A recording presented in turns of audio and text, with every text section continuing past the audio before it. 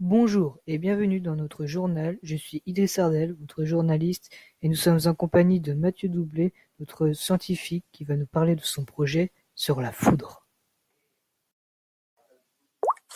Bonjour, je vais vous présenter mon projet sur la foudre. Tout d'abord, la foudre correspond à une décharge d'électricité statique naturelle. Lors d'un orage, une grande quantité d'électricité statique s'accumule dans les zones du nuage d'orage, mais qui peut ainsi créer des décharges entre le nuage et le sol. Le nom du nuage qui provoque la foudre se nomme le cumulonimbus. C'est un nuage gros, noir et chargé d'électricité. Il est balayé dans tous les sens par de rapides courants d'air qui créent un frottement des molécules et des particules du nuage. Ce frottement génère de l'électricité statique. La foudre est composée de l'éclair et du tonnerre.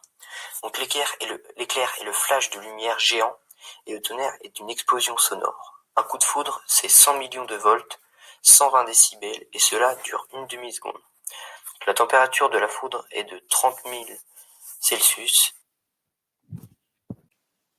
Merci pour toutes ces informations, mais pourriez-vous nous parler un peu plus de votre hypothèse et de votre projet? Mon hypothèse est d'essayer de récupérer la foudre des cumulonimbus afin de s'en servir comme énergie renouvelable. La foudre a lieu selon deux façons différentes.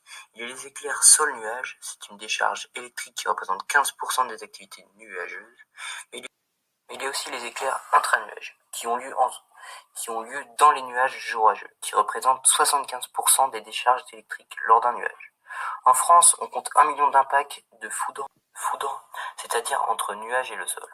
À l'aide d'énormes tiges de métal forgées pour résister à la foudre, qui serait un fil conducteur, on pourrait récupérer la foudre entre le nuage et le sol. Et où irait donc toute cette énergie stockée? L'énergie de la foudre sera ainsi stockée dans des batteries géantes, par le système électrochimique, qui consiste à stocker de l'énergie sous forme chimique et à le restituer sous forme électrique. La réaction électrochimique, pendant la première conversion qui est la transformation électrique en énergie chimique, reçoit le courant. Un générateur est placé aux bornes de la batterie.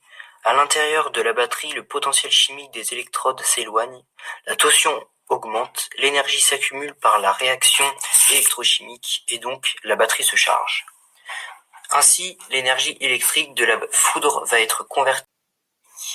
Mais ce système de récupération d'énergie a un coût lié aux milliers de tonnes de cuivre.